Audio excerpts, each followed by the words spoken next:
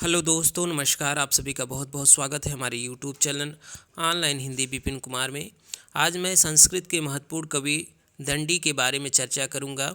यह वीडियो बहुत ही खास होने वाला है क्योंकि इसमें दंडी के बारे में जो महत्वपूर्ण तथ्य है उसके बारे में तो चर्चा किया जाएगा, साथ ही साथ एक प्रश्नोत्तरी वाला टेस्ट भाग भी है, टेस्ट सीरीज भी है, जिसमें महत्वपूर्ण प्रश्नों का संकलन किया गया है जो पिछले वर्ष परीक्षाओं में पूछे गए हैं।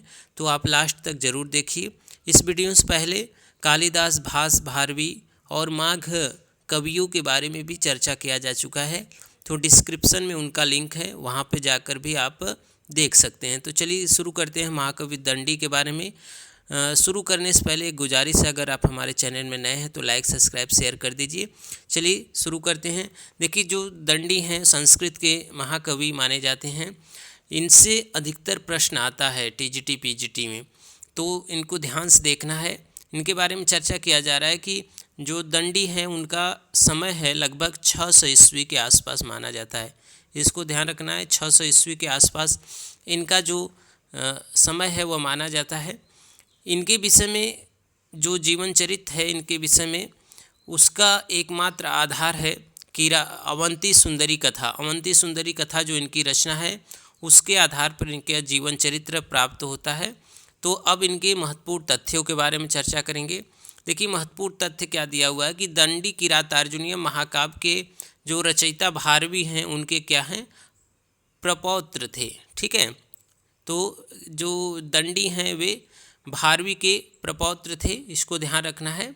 ठीक है, अब इनकी महत्वपूर्ण जो कृतियां हैं, जो रचनाएं हैं, जो परीक्षा में अधिकतर पूछे जाते हैं उसके बारे में चर्चा करेंगे। देखिए, इनका जो कृतित्व है वह है बहुत ही महत्वपूर्ण है, उसको याद रखना है, इससे प्रश्न अधिकतर परीक्षा में बनते हैं। तो इनका जो पहली रचना है वह है 10 कुमार चरितम, इसको याद रखना है। दूसरा है काव्यादर्श। देखिए, काव्यादर्श के बारे में प्रश्न पूछा जाता है कि दंडी का कौन सा ग्रंथ अलंकार शास्त्र से युक्त है, तो वह काव्यादर्श है, इसको आपको याद रखना है, ऐसे भी प्रश्न बनता है। अगला जो इनकी रचना है वह है अवंती सुंदरी कथा। तो अवंती सुंदरी कथा जो है इसी के आधार पर इनका जो जीवन चरित्र है वह प्राप्त होता है। ठीक है, तो ध्यान रखिएगा, पहली जो रचना है वह है 10 कुमार चरितम, दूसरा है काव्यादर्श और तीसरा है अवंती सुंदरी कथा। ठीक है, चलिए आगे और इनकी जो कृतियाँ हैं उस पर चर्चा करेंगे। अगला जो कृतित्व है इनका वह है छंदो विचित्र, इसको याद रखना है। कला परिच्छेद, इसको याद रखना है। द्विसंधान काव्य, इसको याद रखना है। यानी छंदो विचित्र, कला परिच्छेद, द्विसंधान काव्य। अगला जो दिया हुआ है वह मृच्छकटिक दिया गया। देखिए, कुछ विद्वान द्वारा यह रचना दंडी की भी मानी जाती है। ठीक है, तो वैसे मृच्छकटिकम शूद्रक की रचना मानी जाती है, तो इसको ध्यान रखिए। कुछ कवि, कुछ आचार्य जो विद्वान हैं वह दंडी की रचना इसको मानते हैं। ठीक है, अब इनके जो महत्वपूर्ण तथ्य हैं जो परीक्षा में पूछे जाने योग्य हैं वह चर्चा किया जाएगा यहाँ पे। देखिए, दंडी पद लालित्य के लिए प्रसिद्ध है, यह बहुत ही महत्वपूर्ण तथ्य है।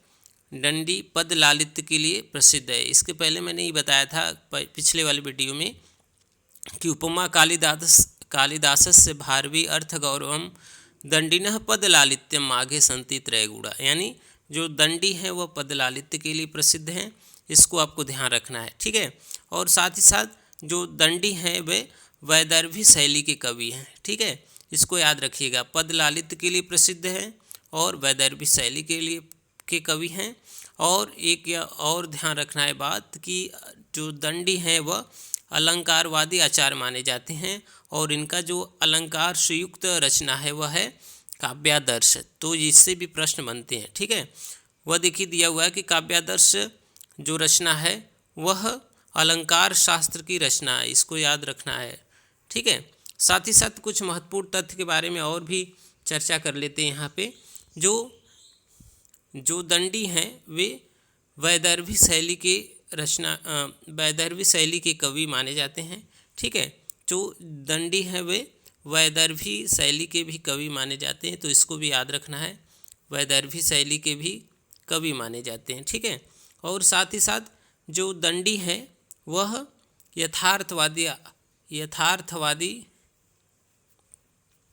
यथार्थवादी कवि हैं। ठीक है, तो इसके बारे में भी ध्यान रखना है। यथार्थवादी कवि माने जाते हैं दंडी।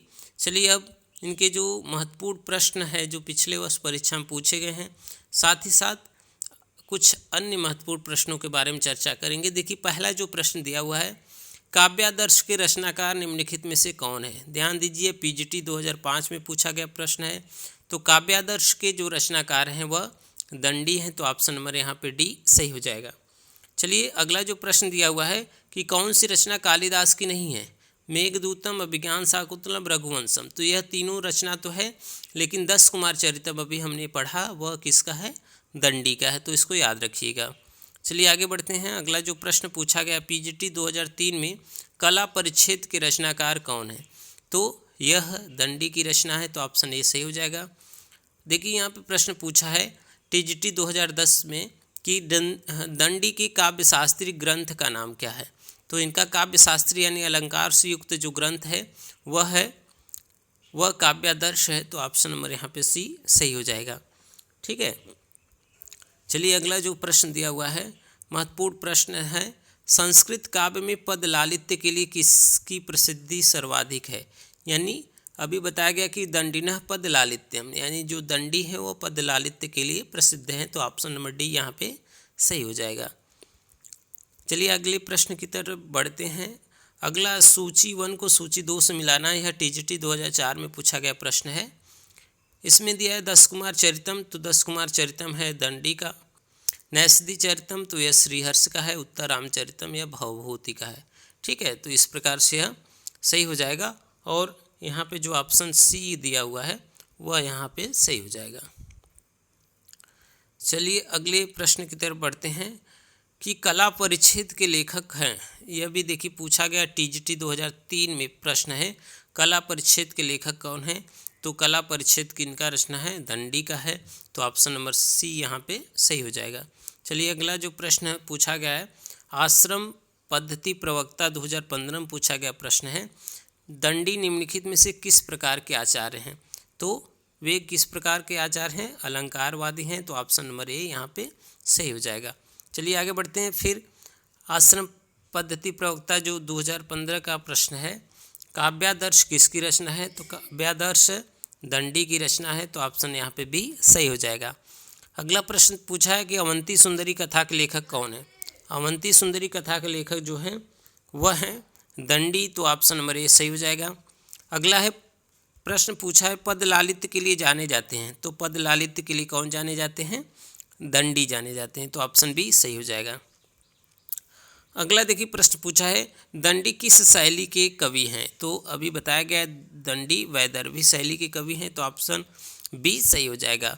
अब यहाँ पे पूछा है दंडी कवि हैं आदर्शवादी, यथार्थवादी, रसवादी, सभी गलत। तो देखिए जो दंडी हैं वह यथार्थवादी हैं, तो ऑप्शन बी सही हो जाएगा। अगला जो है परिष्कृत गद्य शैली के जन्मदाता माने जाते हैं। ये एक तथ्य है, आपको ध्यान रखना है कि जो परिष्कृत गद्य शैली है उसके जन्मदाता दंडी माने जाते हैं, तो ऑप्शन नंबर ए सही हो जाएगा। चलिए अगला जो क्वेश्चन है, द्विसंधान काव्य कृति है किसका है। तो यह भी दंडी का है, तो ऑप्शन यहाँ पे डी सही हो जाएगा। तो इस तरह यहाँ पे दंडी कवि के बारे में और उनके महत्वपूर्ण तथ्यों के साथ साथ महत्वपूर्ण प्रश्न का जो पिछले वर्ष परीक्षा में पूछे गए उसका भी समावेश यहाँ पे किया गया था। आशा करते हैं कि आपका यह जो वीडियो है आपको बहुत अच्छा लगा होगा। अगर अच्छा लगा है तो आप हमारे चैनल को लाइक, सब्सक्राइब, शेयर कर दीजिए। आप सभी का बहुत बहुत धन्यवाद। मिलते हैं जल्द ही एक नए वीडियो में, तब तक के लिए धन्यवाद।